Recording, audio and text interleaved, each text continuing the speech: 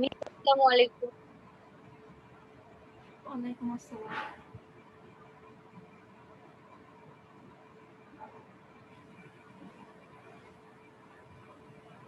কি ব্যাপার, জয়েন হচ্ছে না কেন?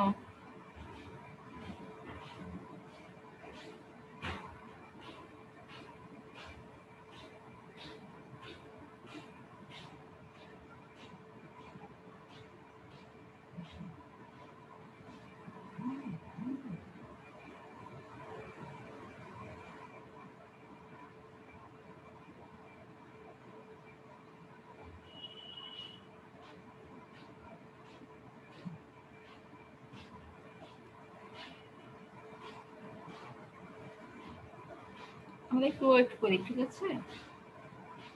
জয়েন হোক আগে।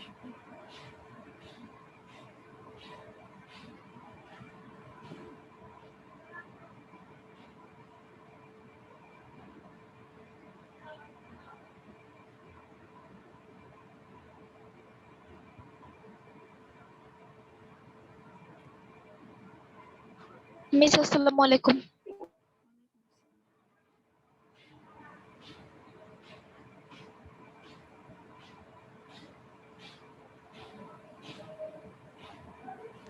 মিস আসসালামু আলাইকুম।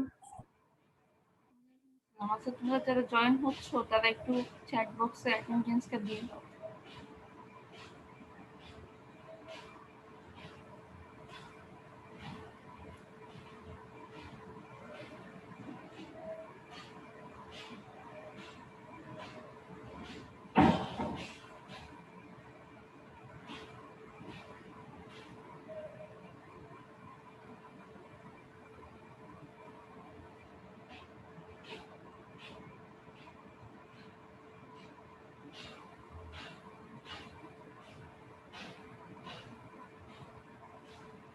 দিয়েছো অ্যাটেন্ডেন্স?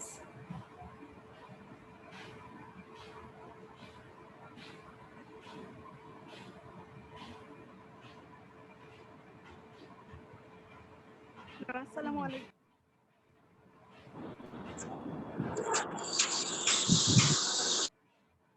যারা জয়েন হয়েছো অ্যাটেন্ডেন্স দাও।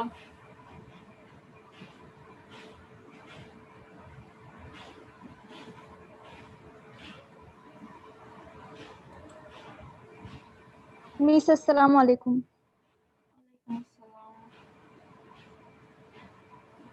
আচ্ছা, তোমাদের কোন ব্যবহারিকটা বাকি আছে বলো তো? বাকি আছে কোনটা?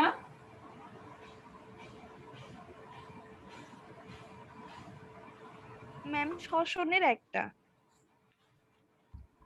শ্বসনেরটা। আচ্ছা, চারটার মধ্যে হয়ে গিয়েছে হচ্ছে অণুবীক্ষণ যন্ত্রের সাহায্যে উদ্ভিদ কোষ ও প্রাণী কোষ পর্যবেক্ষণ, আদর্শ ফুলের বিভিন্ন স্তবক, সালোক সংশ্লেষণ প্রক্রিয়ায় আলোর অপরিহার্যতার পরীক্ষা। এই তিনটা হয়ে গিয়েছে। আর যেটা বাকি ছিল সেটা হচ্ছে গিয়ে শ্বসন প্রক্রিয়ায় তাপ নির্গমন পরীক্ষা। আজকে আমরা এইটা করানোর চেষ্টা করব।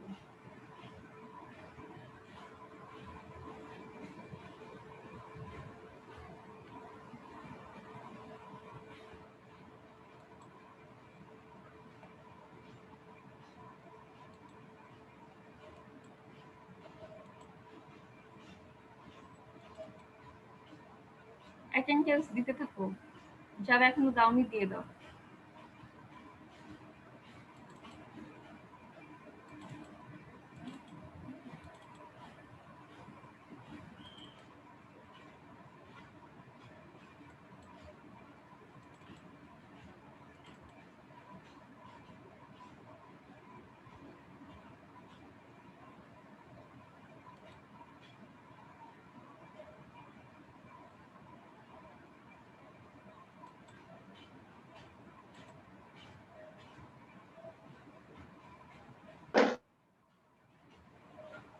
আচ্ছা, আজকের পরীক্ষণের নাম হচ্ছে শ্বসন প্রক্রিয়ায় তাপ নির্গমনের পরীক্ষা, ঠিক আছে?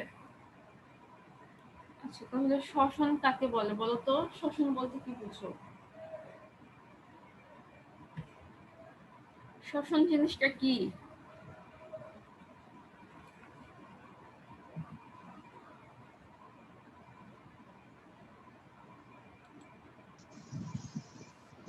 বলো তো। মিস আসসালামু আলাইকুম।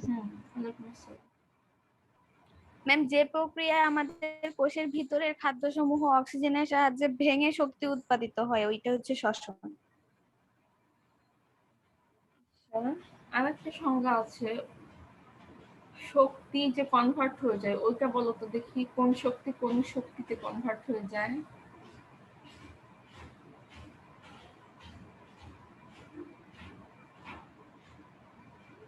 আচ্ছা, আমি বলছি এটা।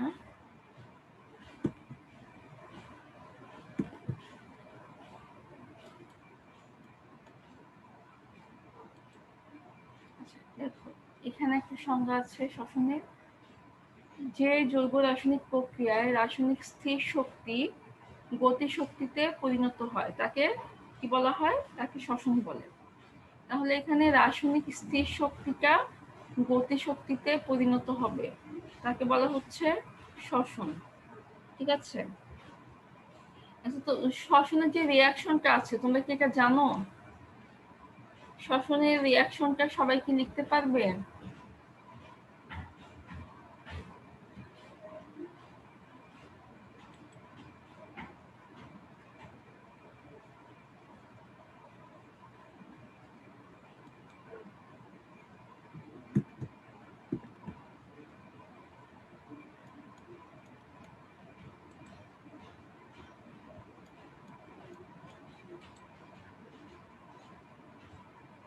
দেখতে পাচ্ছ স্ক্রিনে একটা রিয়াকশন?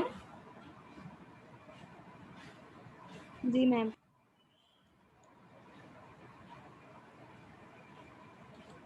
আচ্ছা, এই যে রিয়াকশনটা, এখানে আমি পয়েন্টারটা যেখানে ধরবো আমাকে বলবা যে ওইটা কি। হ্যাঁ, আচ্ছা, পয়েন্টারটা এখন যেখানে রাখা আছে এটা কি বলতো? গ্লুকোজ। আচ্ছা, গ্লুকোজ তোমার কিসের সাথে যুক্ত হবে? অক্সিজেনের সাথে। না, অক্সিজেন কয় অণু? 6 অণু। আচ্ছা, তারপরে কিসের সাথে যুক্ত হয়? 6 অণু কয় অণু? পানি। পানি। আচ্ছা, এরপরে এটা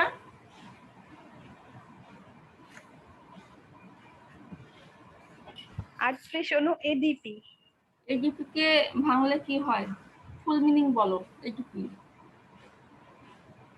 অ্যাডিনোসিন ডাইফসফেট। আচ্ছা, অ্যাডিনোসিন ডাইফসফেট। এবং এডিপির সাথে কি যুক্ত হয়েছে? 38 অণু অজৈব ফসফেট। তো বিভিন্ন এনজাইমের উপস্থিতিতে এটা পরিবর্তিত হয়ে কি কিসে পরিণত হয়? এখানে 6 অণু কার্বন ডাই অক্সাইড, 12 অণু পানি, আর 38 এটিপি। এটিপি কে ফুল মিনিং কি এটিপির বলতো? Adenosine triphosphate. আচ্ছা, অ্যাডিনোসিন ট্রাইফসফেট। আচ্ছা, এখানে তোমার এটিপি যেটা, এটা হচ্ছে শক্তির উৎস হিসেবে কাজ করে। ঠিক আছে, এটিপি হচ্ছে শক্তির উৎস। তোমার হচ্ছে গিয়ে এই এডিপি অজৈব ফসফেটের সাথে যুক্ত হয়ে তোমার হচ্ছে এটিপি তৈরি হয়। ঠিক আছে, এডিপিটা অজৈব ফসফেটের সাথে যুক্ত হয়ে কি তৈরি হয়? এটিপি। আচ্ছা, তাহলে রিয়াকশনটা সবাই বুঝেছো তো? শ্বসনের যে বিক্রিয়াটা,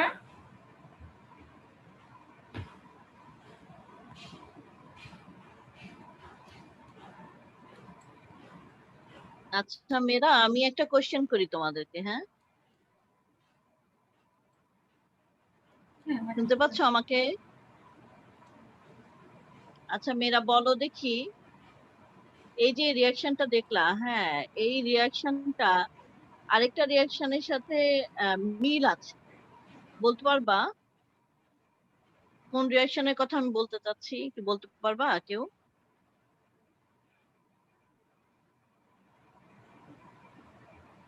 শুনতে পাচ্ছ রিয়াকশনটা কিন্তু আমাকে? তোমরা করেছো। হ্যাঁ, ম্যাডাম যেটা বলতে চাচ্ছে ওটা কিন্তু তোমরা জানো, তাহলে একটু যদি মাথা খাটাও তাহলেই বলতে পারো। এই কোশ্চেনটা কিন্তু করে, হ্যাঁ, যে এই যে তোমাদের সামনে যে রিয়াকশনটা, শ্বসনের যে রিয়াকশনটা, জাস্ট এই রিয়াকশনটার সাথে মিল সম্পন্ন আরেকটা রিয়াকশন আমরা কিন্তু গত লেকচারে দেখেছিলাম, এখন বলো কোনটা সেটা।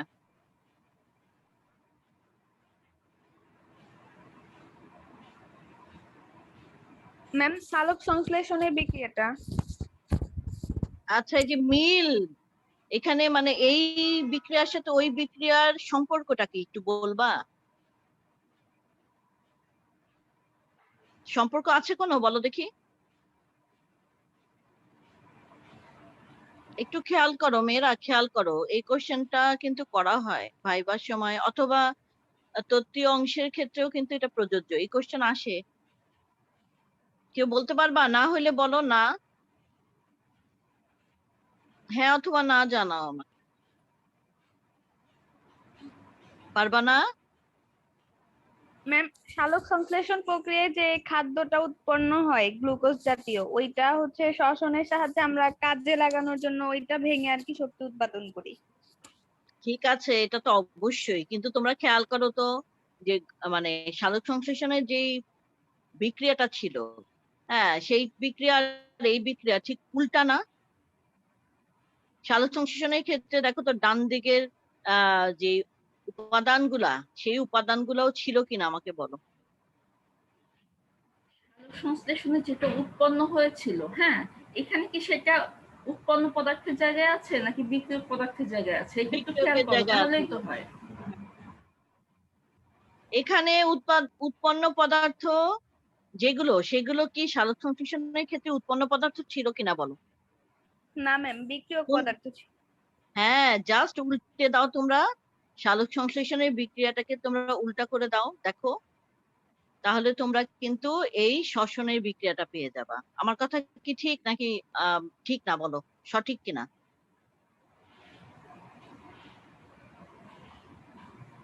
হ্যাঁ অথবা না বলো সঠিক, ঠিক বলেছি আমি?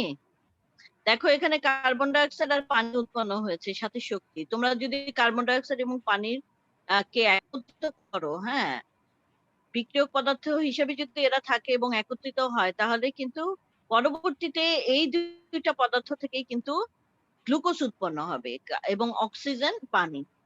দেখতে পাচ্ছ মেয়েরা? জাস্ট উল্টা বিক্রিয়াটা কিন্তু এখানে সংঘটিত হয়। যে পদার্থ উৎপন্ন হয়েছিল, সেই পদার্থটাই এখানে কিন্তু বিক্রিয়ক পদার্থ হিসেবে কাজ করছে, এবং সেই পদার্থ এবং সাথে যে তোমার অক্সিজেন উৎপন্ন হচ্ছিল সেও কিন্তু এখানে আছে, এবং পানিও কিন্তু উৎপন্ন হয়েছিল, সেটাও এখানে আছে। এই তিনটা পদার্থ একত্রিত হয়ে পরবর্তীতে দেখো ভাঙার মাধ্যমে কার্বন ডাই অক্সাইড ও পানি উৎপন্ন হয়েছিল, যেখানে সালোক সংশ্লেষণের ক্ষেত্রে জাস্ট উল্টা ঘটনাটা ঘটেছিল। বুঝতে পেরেছো কিনা বলো? এটা কিন্তু উচ্চতর দক্ষতা ভিত্তিক একটা প্রশ্ন হিসেবে আসে, আর যখন প্র্যাকটিক্যাল পরীক্ষা হয় তখন ভাইবার সময় এই কোশ্চেনটা করা হয়। ঠিক আছে ম্যাডাম? হ্যাঁ, আচ্ছা, তোমরা যদি একটা রিয়াকশন লিখতে পারো, তোমরা কিন্তু আর একটা এমনি পারবা, যদি একটু মাথা খাটিয়ে জিনিসটা দেখো। আমি একটু সালোক সংশ্লেষণের বিক্রিয়াটায় যাই, তাহলে তোমাদের ক্লিয়ার হয়ে যাবে।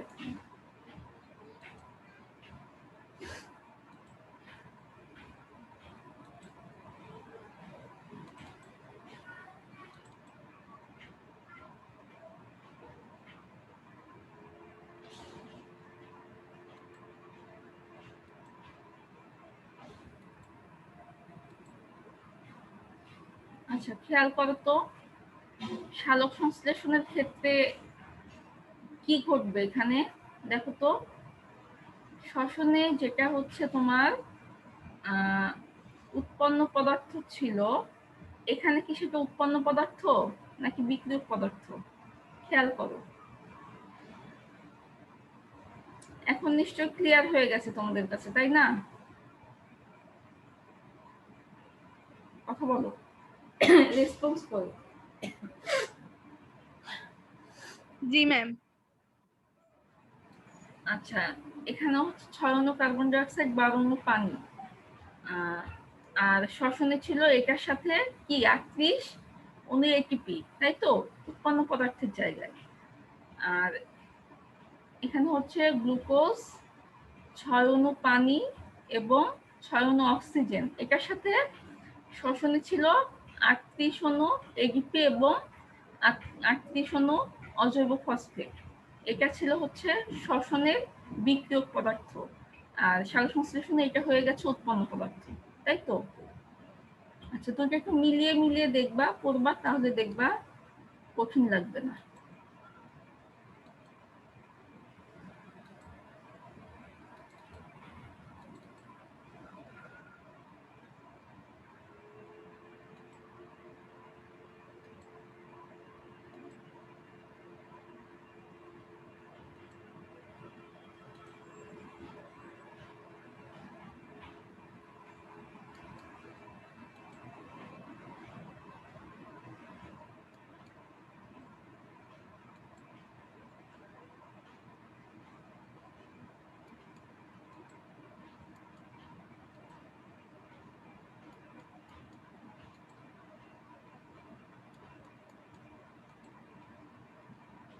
আচ্ছা, শ্বসন অঙ্গ। শ্বসন অঙ্গ কি? উদ্ভিদের প্রতিটি জীবন্ত কোষ, ঠিক আছে? উদ্ভিদের প্রতিটি জীবন্ত কোষেই তোমার শ্বসন কার্য চলতে থাকে। আর কোষীয় সাইটোপ্লাজম এবং মাইটোকন্ড্রিয়াই হচ্ছে প্রধান অঙ্গ। কোষীয় সাইটোপ্লাজম এবং মাইটোকন্ড্রিয়াই হচ্ছে প্রধান শ্বসন অঙ্গ। আচ্ছা, উদ্ভিদের প্রতিটি জীবন্ত কোষ। আচ্ছা, তাহলে শ্বসন কার্য এটা আসলে কোন সময়টায় সংঘটিত হয় বলতো? কখন, কোন সময় শ্বসন হয় এটা জিজ্ঞেস করেছি আমি।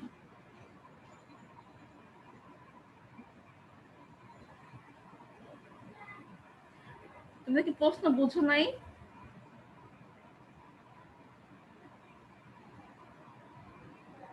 প্রশ্ন বুঝতে পারোনি নাকি? রেসপন্স করতে আচ্ছা, হবে। তোমরা একটু রেসপন্স করো তো। কে কে আছো একটু নাম বলো, এবার নাম বলো আমাকে, আমি দেখি কে কে আছে। আনিকা একটু কথা বলো তো। আনিকা 49, শুনতে পাচ্ছ আমাকে? জি মিস। হ্যাঁ, একটু কথা বলো বাবা। শ্বসন কখন হয় বলো তো? উদ্ভিদ অথবা প্রাণী দেহে কখন শ্বসন হয়? রাতে, দিনে, কখন হয়? রাতে। রাতে। দিনে হয় না নিশ্চয়ই, তাই না? না, দিনে শ্বসন হয় না? হয় না দিনে? হয় মিস, হয়। হয়, তাহলে রাতে হয় না, তাই তো? স্পেসিফিক ভাবে বলো কোন সময়টায় হয়। বলো, ভয় পাচ্ছ কেন? তুমি যেটা জানো সেটাই বলো। মিস দিনে। দিনে, আচ্ছা। আর কেউ কিছু বলবা? মিস অলওয়েজই তো হয়, দিনেও হয় রাতেও হয়। এটা কে বলছো? Miss Maliha. Maliha, thank you. আচ্ছা, শ্বসন হওয়া মানে কি? আচ্ছা, যখন আমরা যে কোনো মানে জীব, উদ্ভিদ বা প্রাণী যেটাই বলো কিনা, মানে আমরা যখন ধরো প্রাণীর ক্ষেত্রেই ধরো শ্বসন হচ্ছে না, হ্যাঁ শ্বসন হচ্ছে না, তখন আমরা তাকে কি বলি? জীবিত বলি না মৃত বলি? বলো দেখি মালিহা। জি মিস, শুনতে পাইনি। যখন শ্বসন হয় না কোনো প্রাণী দেহে, ধরো প্রাণীর কথাই আমি বলি, ধরো মানুষ শ্বসন হচ্ছে না, তখন তাকে কি আমরা মৃত বলবো না জীবিত বলবো? মিস মৃত। হ্যাঁ, তাহলে মানে শ্বসন সব সময় হবে, শ্বসন না হওয়া মানে তো একজন ব্যক্তি বলো, প্রাণী বলো, উদ্ভিদ বলো, সে মৃত। তাহলে কেন এটা নিয়ে এত কনফিউশন আমি তো বুঝলাম না। তোমরা এখন এসএসসি ক্যান্ডিডেট, তোমরা জানো না যে শ্বসন সব সময় হয়? শ্বসন বন্ধ হওয়া মানে হচ্ছে মরে যাওয়া, কেমন? পরীক্ষা দিবে আর কদিন পরেই তোমরা, এখন এই কমন বিষয়গুলো তো আসলে ভুল হওয়ার কথা না, তাই না? আচ্ছা, আর একটা প্রশ্ন করি, সেটা হচ্ছে গিয়ে মাইটোকন্ড্রিয়া যেহেতু শ্বসনের অঙ্গ, তাহলে মাইটোকন্ড্রিয়াকে কেন পাওয়ার হাউস বলা হয়, কোষের শক্তি কেন্দ্র বা পাওয়ার হাউস কেন বলা হয়, এটা বলো তো একজন।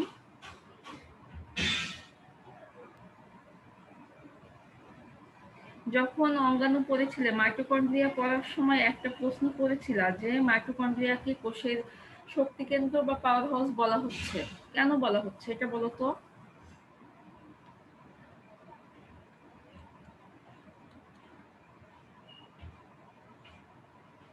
কে বলবে?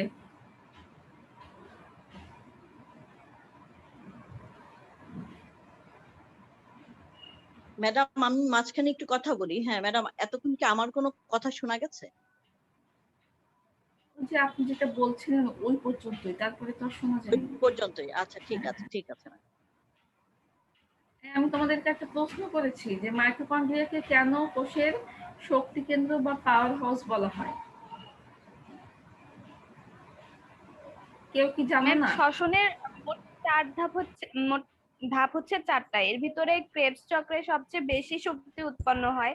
আর এই ক্রেবস চক্রটায় যে এনজাইম গুলো অংশগ্রহণ করে ওগুলো সব মাইটোকন্ড্রিয়াতে অবস্থান করে। এই জন্য ওই ক্রেবস চক্রের সকল বিক্রিয়া মাইটোকন্ড্রিয়াতে সম্পন্ন হয়, এই জন্য ওটাকে পাওয়ার হাউস বলা হয়।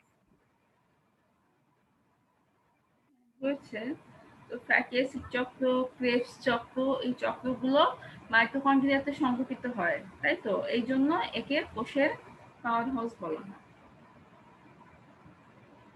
আচ্ছা,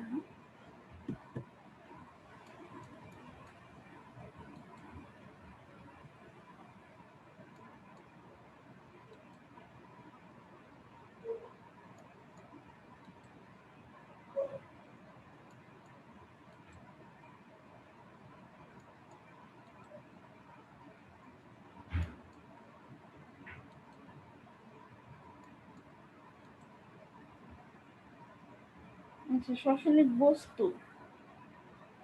শ্বসনিক বস্তু হচ্ছে শ্বসন প্রক্রিয়ায় যে যৌগিক বস্তু সমূহ জারিত হয়ে সরল বস্তুতে পরিণত হয় তাকে শ্বসনিক বস্তু বলে। এখানে হচ্ছে যৌগিক বস্তু সমূহ সরল বস্তুতে পরিণত হবে, সেগুলোই হচ্ছে শ্বসনিক বস্তু। শ্বসনিক বস্তু বলতে শর্করা, প্রোটিন, চর্বি, এগুলো হচ্ছে তোমার শ্বসনিক বস্তু হিসেবে ব্যবহৃত হয়। ঠিক আছে, তাহলে শ্বসনিক বস্তু কোনগুলা? কার্বোহাইড্রেট, প্রোটিন, ফ্যাট, এগুলো সবই হচ্ছে শ্বসনিক বস্তু। আচ্ছা, শ্বসনের প্রকারভেদটা বলো তো, কয় প্রকার শ্বসন? শ্বসন কয় প্রকার? ম্যাম 2 প্রকার। কি কি?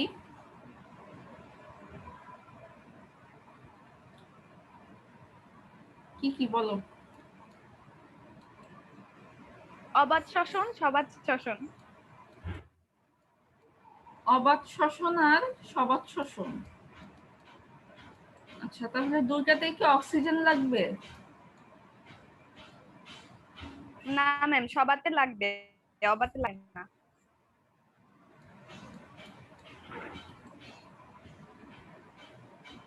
আচ্ছা, শ্বসন হচ্ছে 2 প্রকার, অবাধ শ্বসন এবং সবাধ শ্বসন। আচ্ছা, সবাধ শ্বসন যেটা, যে শ্বসন প্রক্রিয়ায় মুক্ত অক্সিজেনের প্রয়োজন হয় তাকে বলা হচ্ছে সবাধ শ্বসন। ঠিক আছে, সবাধ শ্বসনে মুক্ত অক্সিজেনের প্রয়োজন হয়। আর অবাধ শ্বসন যেটা, সেখানে কোনো মুক্ত অক্সিজেনের প্রয়োজন হয় না। আচ্ছা, অবাধ শ্বসনে যে শ্বসন প্রক্রিয়ায় মুক্ত অক্সিজেনের প্রয়োজন হয় না তাকে বলা হচ্ছে অবাধ শ্বসন। ঠিক আছে, আচ্ছা, তাহলে সবাধ শ্বসন এবং অবাধ শ্বসন কি এটা তো বুঝতে পেরেছো। আচ্ছা, এখানে হচ্ছে গিয়ে তোমার অবাধ শ্বসনের বিক্রিয়াটা একটু দেখাই আমি। অবাধ শ্বসনের একটা বিক্রিয়া আছে। আচ্ছা, এর আগে সবাধ শ্বসন 4টি পর্যায়ে বিভক্ত। ঠিক আছে, সবাধ শ্বসন 4টি পর্যায়ে বিভক্ত। পর্যায়গুলো হচ্ছে গ্লাইকোলাইসিস, অ্যাসিটাইল কোয়ে সৃষ্টি, ক্রেবস চক্র, ইলেকট্রন ট্রান্সপোর্ট সিস্টেম। আচ্ছা, এই যে 4টা পর্যায়, এই 4টা পর্যায়ে প্রথমে কোনটা আছে? গ্লাইকোলাইসিস, তাই তো? গ্লাইকোলাইসিস কিন্তু সবাত এবং অবাত উভয় শ্বসনেরই প্রথম ধাপ। ঠিক আছে, শুধুমাত্র সবাত শ্বসনে গ্লাইকোলাইসিস হয় না, অবাত শ্বসনেও গ্লাইকোলাইসিস হয়। আচ্ছা, গ্লাইকোলাইসিস কি বলতে পারবা? গ্লাইকোলাইসিস হচ্ছে যে প্রক্রিয়ায় এক অণু গ্লুকোজ তোমার জারিত হয়ে 2 অণু পাইরুভিক অ্যাসিডে পরিণত হয়। এক অণু গ্লুকোজ জারিত হয়ে 2 অণু পাইরুভিক অ্যাসিড গঠন করে, সেটাই হচ্ছে গ্লাইকোলাইসিস। আচ্ছা, এখন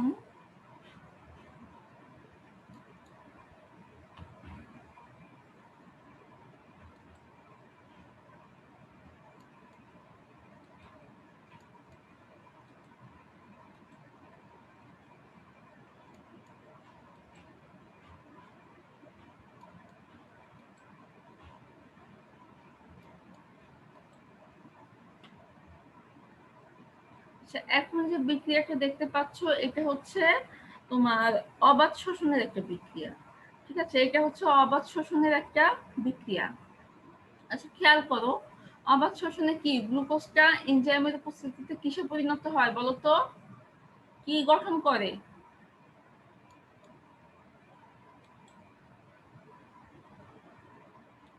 আচ্ছা, এটা কি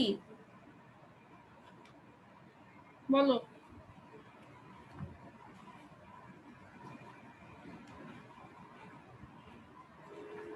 কন্ট্যাক্টটা যেখানে রাখা আছে কি বলে এটাকে? Ma'am ethanol. আচ্ছা, এরপরে 2 অণু কার্বন ডাই অক্সাইড। আর এখানে শক্তি বা এটিপির পরিমাণ কত? 20 কিলো ক্যালোরি। আচ্ছা, তাহলে তোমার বিক্রিয়া দেখে কিন্তু অনেকটা বলা যায়। হ্যাঁ, যদি সবাত এবং অবাত শোষণের মধ্যে পার্থক্য জিজ্ঞেস করে যে 2টা কি 3টা পার্থক্য বলো তো অবাত এবং সবাত শোষণের মধ্যে, বলো তো কি কি বলবা?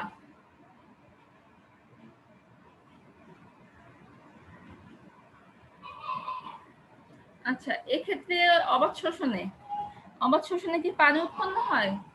দেখো তো উৎপন্ন পদার্থে কি পানি আছে কিনা? না ম্যাম। আচ্ছা, তাহলে এখানে পানির কথাটা বলতে পারো যে অবাত শোষণে পানি উৎপন্ন হয় না, কিন্তু সবাত শোষণে তো পানি উৎপন্ন হয়, তাই তো? জি ম্যাম। দেখো তো সবাত শোষণের বিক্রিয়ায় পানি উৎপন্ন হয়েছে কিনা। হয়েছে? জি ম্যাম। আচ্ছা, আর এটিপির পরিমাণ কত এখানে সবাত শোষণে? 38 অণু। আচ্ছা, আর অবাত শোষণে 20 কিলো ক্যালোরি, তাই তো? তাহলে এখানে এটিপির কথাটা বলতে পারো। ঠিক আছে, পানির কথাটা বলতে পারো, এটিপির কথাটা বলতে পারো। এরপরে হচ্ছে গিয়ে অবাত শোষণটা তোমার কিসের ইয়েতে ল্যাকটিক অ্যাসিড উৎপন্ন হয়। ঠিক আছে, অ্যালকোহল অথবা ল্যাকটিক অ্যাসিড, যেখানে ইথানল যেটা অ্যালকোহলও বলা হয়। তো অবাত শোষণে অ্যালকোহল অথবা ল্যাকটিক অ্যাসিড উৎপন্ন হয়, কিন্তু সবাত শোষণে এটা উৎপন্ন হয় না। ঠিক আছে, সবাত শোষণে এটা উৎপন্ন হয় না। আর অবাত শোষণটাকে তোমার শিল্পক্ষেত্রে ব্যবহার করা হয়। অবাত শোষণটাকে শিল্পক্ষেত্রে ব্যবহার করা হয়। আচ্ছা, এখানে যে আমি বললাম যে শিল্পক্ষেত্রে ব্যবহার করা হয়, এখানে বলতো 2-1টা ব্যবহার বলতো শিল্পক্ষেত্রে কোন কোন ক্ষেত্রে ব্যবহার করা হয় অবাত শোষণকে? কি কি তৈরি করতে, যেটা কিনা আমরা খাই, এরকম অনেক কিছু আছে যেটা তৈরি করতে অবাত শোষণ লাগে। বলতে পারছো না? ম্যাম দই তৈরি করতে এটা ব্যবহার দই, করা হয়। হ্যাঁ, তারপরে দই, পাউরুটি,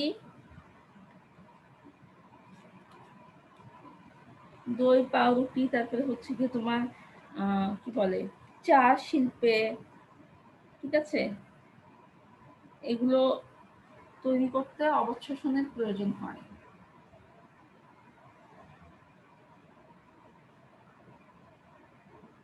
আচ্ছা, আমরা তোমাদের আজকের যে ব্যবহারিক এটার উপরে একটা ভিডিও দেখাবো এখন।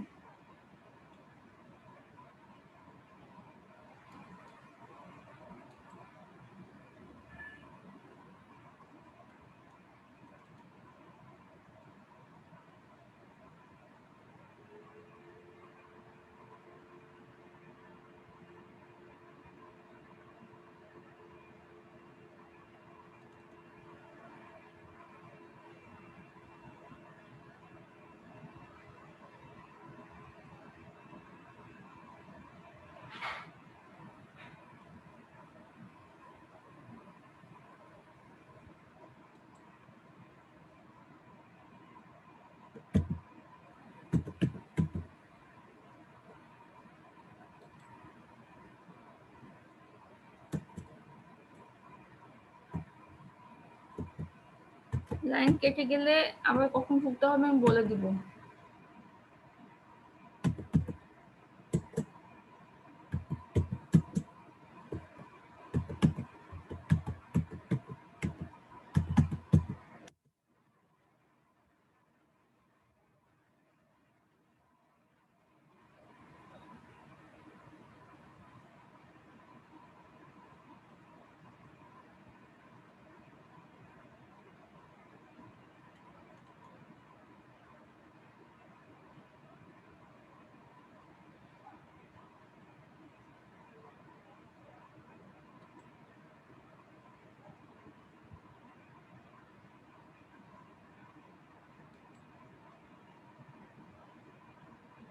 দেখতে পাচ্ছ?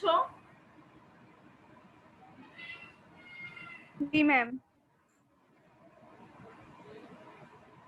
আচ্ছা, এই পরীক্ষণে আমাদের যে জিনিসগুলো লাগবে সেগুলো তোমরা ছবিতে দেখতেই পাচ্ছ, যে ফ্লাক্স লাগছে একটা, তারপরে হচ্ছে কি অ্যাকচুয়ালি ফ্লাক্স লাগবে দুটো আমাদের, ঠিক আছে। তারপরে হচ্ছে এখানে কিছু অঙ্কুরিত ছোলা বীজ, তারপরে হচ্ছে গিয়ে তোমার এখানে থার্মোকল, থার্মোমিটার লাগবে আমাদের, ঠিক আছে, থার্মোমিটারও লাগবে। তো এই জিনিসগুলো আমাদের লাগবে। তো দেখি তাহলে কি করছে।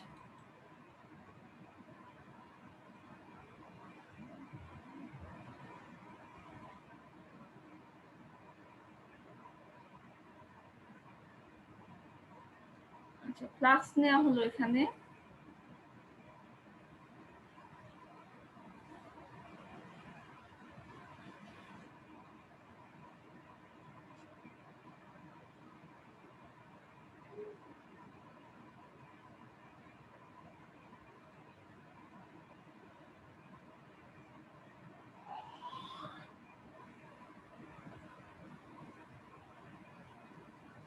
আচ্ছা, ফ্লাস্কের এখানে তোমার মুখটাতে একটা শোলা আঁকানো হবে, হ্যাঁ, বায়ুবিদ্ধ করার জন্য। হ্যাঁ ম্যাডাম বলেন, আপনি হ্যাঁ, বলেন। এটাই বলতে চাচ্ছিলাম।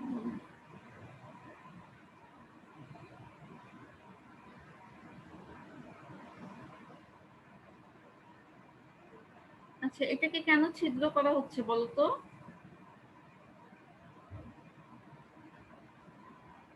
শোলাটাকে কেন ছিদ্র করা হলো? দেখতেই পাচ্ছ, ম্যাম ওখানে থার্মোমিটারটা ঢুকানোর থার্মোমিটারটা জন্য। প্রবেশ করানোর জন্য। হ্যাঁ,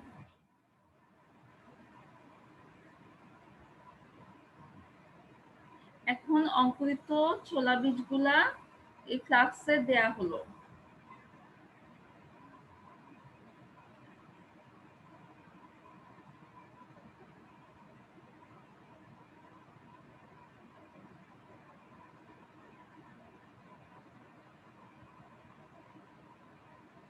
আচ্ছা, এখানে তোমার ফ্লাক্স কিন্তু দুইটা নিয়ে কাজ করতে হবে, একটা হচ্ছে ক আর একটা হচ্ছে খ, ঠিক আছে। তো ক যেটা প্রথমে যে কাজটা করা হলো, এখানে কিন্তু তোমার কিছু পানি দিতে হবে, অল্প কিছু পানি দিতে হবে এই ফ্লাক্সে। আর যেটা হচ্ছে খ ফ্লাক্সে পানি দেওয়া যাবে না, পানির পরিবর্তে তোমার 10% মার্কিউরিক ক্লোরাইড দিতে হবে, ঠিক আছে।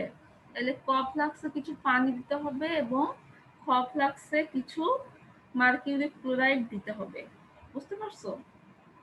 আচ্ছা, এখন তোমার এই যে থার্মোমিটারটা প্রবেশ করানো হলো, যার কারণে তাপমাত্রাটা আমরা খেয়াল রাখবো প্রতি ঘন্টায়। ঠিক আছে, প্রতি ঘন্টায় তাপমাত্রাটা কিরকম পরিমাণে বৃদ্ধি পায় সেটাই আমরা দেখব। বুঝতে পারছো? আচ্ছা, থার্মোমিটারে খেয়াল করো তো এই যে পারদটা কি বাড়ছে নাকি কমছে?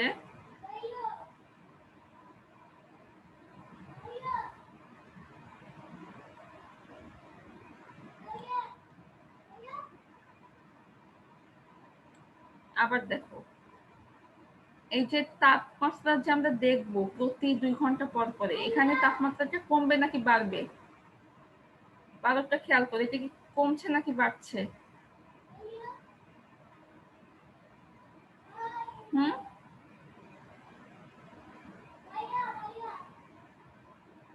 একটু আগে 24 ছিল, এখন 25, তাহলে কি হয়েছে এটা? বেড়েছে। হ্যাঁ, বাড়ছে।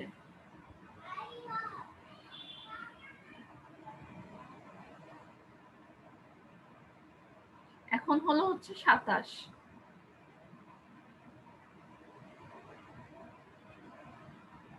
আচ্ছা, আমাদের এখন কেটে যাবে, তো আমরা আবার জয়েন করবো।